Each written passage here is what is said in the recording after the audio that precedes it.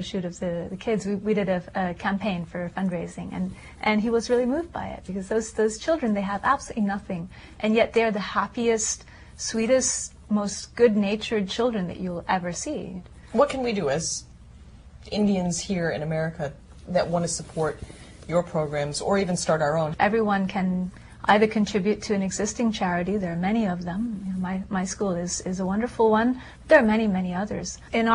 In our whole process, we don't take any money for ourselves. There's no administrative costs, so everything goes straight through to the school, which is very important for us, because you know that there's many charities where there's a lot of red tape and a lot of bureaucracy that eats up quite a bit of the funds. So we wanted to make sure that everything goes to the people who really need it.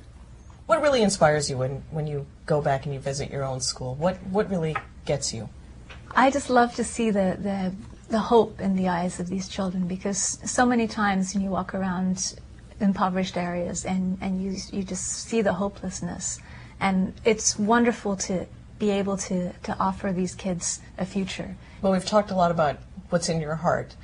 Now let's talk about what you see through your eyes and what you create for all of us to enjoy. The celebrity and the double exposure on Bravo. How were you approached to do the show, and were you a little apprehensive? I actually wrote the treatment for this show. Really? I decided that we've been told by so many people that the dynamic that we have is very comical and that people would love to watch. So I wrote a treatment for it. I said, let's just make this happen. And for us, it's exciting to bring the audience behind the scenes. So much of what we do is all smoke and mirrors. But we want to have that level of the layers, you know, show people the layers of the process, how these images are created. And I think it's important for people to know that there's a lot of process that goes into creating an image. And I'm actually writing a book about image craft, which is that whole process of going from being an ordinary person to being someone that everyone can immediately identify with, understand a little bit about who you are. It's like Audrey Hepburn. She had an image that we all, well, Marilyn Monroe, any famous icon. Absolutely. All the people we shoot with, we shot Lady Gaga on our show, and her image is very powerful. It's constantly changing. It's constantly out there and crazy, but it's a real work of art. She spends a lot of energy on it. And other people that we've shot, like, for example, we shot Naomi Campbell on the show. She also has an image, you know. Is she difficult to work with? You know, she was very careful. She did not throw anything.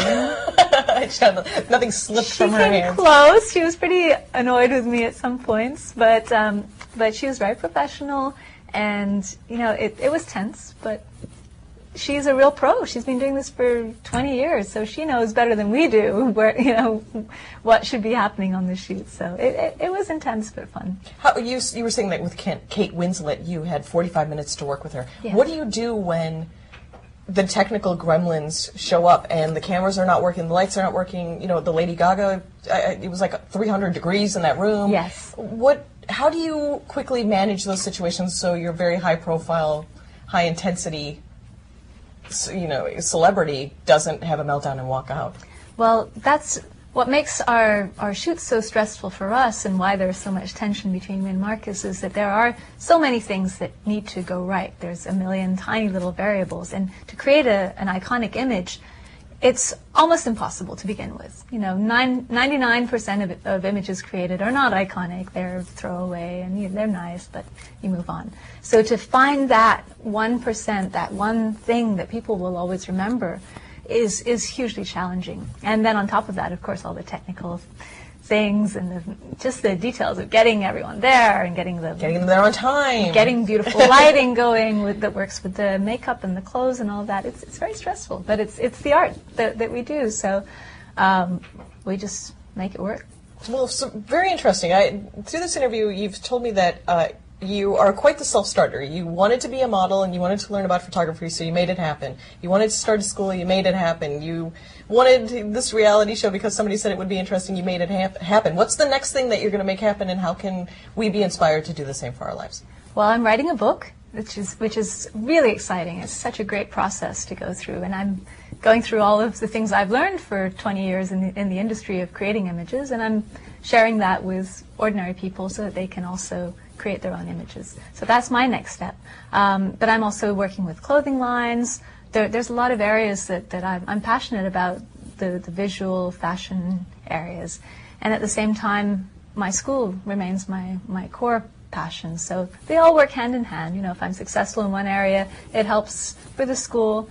And that's my goal, really. I mean, I love inspiring women. That's what makes me really excited when I see those women in India who have gone from being illiterate and unable to even control how many children they have because they just don't have the resources, so they don't have the knowledge, to being able to say, this is the life I want to have, I'm going to provide for my family, and to be able to, whatever it is, raising ducks, you know, that can transform someone's life. So with the microfinancing, a woman who has nothing and no idea how she's going to feed her many children can turn into a businesswoman who can actually not only provide for herself, but provide for her extended family, her friends.